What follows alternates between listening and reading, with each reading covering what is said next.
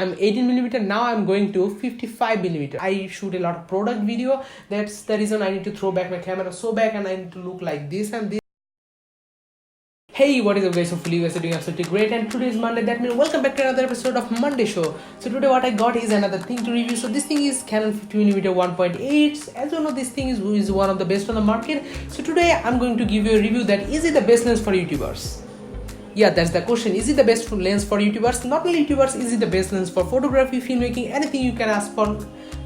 Like, you can get all the answers in this video. So right now I have to say that this is one of the best lenses because for the value, it can give you some great result that you will never be able to get from any other lens. For $120, it's one of the best and it's one of the cheapest lens with f1.8 aperture that can give you some shallow depth of field.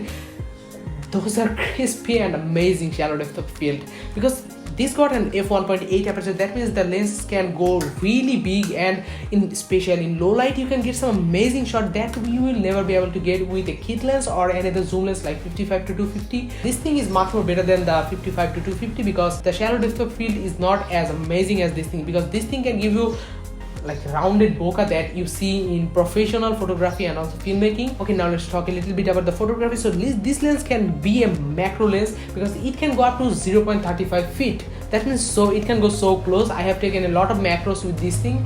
Those looks amazing, and you can flip the lens like this, and you can hold the lens in front of your camera and you can get some amazing shots with this thing. So that's how you can do some macro photography. And in terms of portrait, 50mm is one of the best in the market to get some amazing crispy portrait. I already taken a lot of portraits. As you can see, all the portraits I have taken with this lens, those are crispy, sharp, the bokeh looks really amazing, and all the things that you see on the photos, like those are amazing details. I already uploaded all the things into the pixels.com. If you want, you can go and check all them yourself. There is not the full quality, but like 90% quality or 80% quality you will get from there, so you can get some examples. And I also used the Canon 70D with this thing, and as you use the Canon 70D or any other crop sensors, that means that your lens is going to be around 75mm because of 1.5x crop, and for that reason the compression is going to be much more better. That's all for the photography. You can get some amazing macros, photos, portraits, but for like zoom you cannot do zoom because this thing is a prime lens and you cannot do zoom in prime lens. But the quality, the sharpness is great, and I'll recommend you to shoot at like 2.2 because it's one of the sweetest spot I have ever seen. Like in 1.8, like if you have highlights, then there will be a little chromatic aberration, like all those blue, green, yellowish fringing, but in 2.2 I saw like a little amount that I can fix in Photoshop. So that's the simple thing about the photography. Now let's come into the videography. Yeah, the videography is much more important for me because I make YouTube videos a lot of times, like most of the times.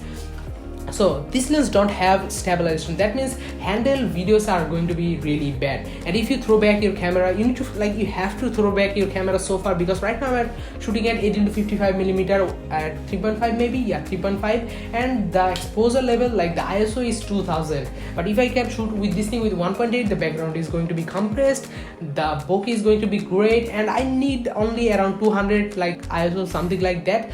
But with this lens I had to grow up to 2000, so that's really horrible. And the thing is, I'm shooting right now at 18mm. That's the reason my body could look a little lean and my face could look a little bigger because all the wide angle perspective. Let me show you something. Like I'm shooting at 18mm, so if you can shoot with this thing, let me show you how it looks. So like I'm 18mm, now I'm going to 55mm, as you can see. So this is 55 and this is 50. So if you are going to shoot with this lens, that's the reason like you can only see your face, nothing else like that. So because of this 50mm, you need to throw back your camera so far. But if you use an 18mm lens like me, so I can like zoom out. It's simple, like you can see all of the things. Like okay, the exposure is too much. Anyway, just leave that for right now. So this thing looks really great and amazing. Right now I'm shooting this in daylight. That's the reason the light just up down because all the sunlight happens. Anyway, this lens doesn't have stabilization. Walking videos sucks, but in room videos it's amazing because 1.8 can give you a lot of light with lights, oh man, a lot of lights with shallow depth of field. So that's the simple thing what you can do. But the main thing is sometimes my neck pains because I shoot a lot of product video. That's the reason I need to throw back my camera so back and I need to look like this and this. That's the reason this 15mm sometimes sucks. I wish it would be a 30mm. That would be much more easier to shoot some product videos.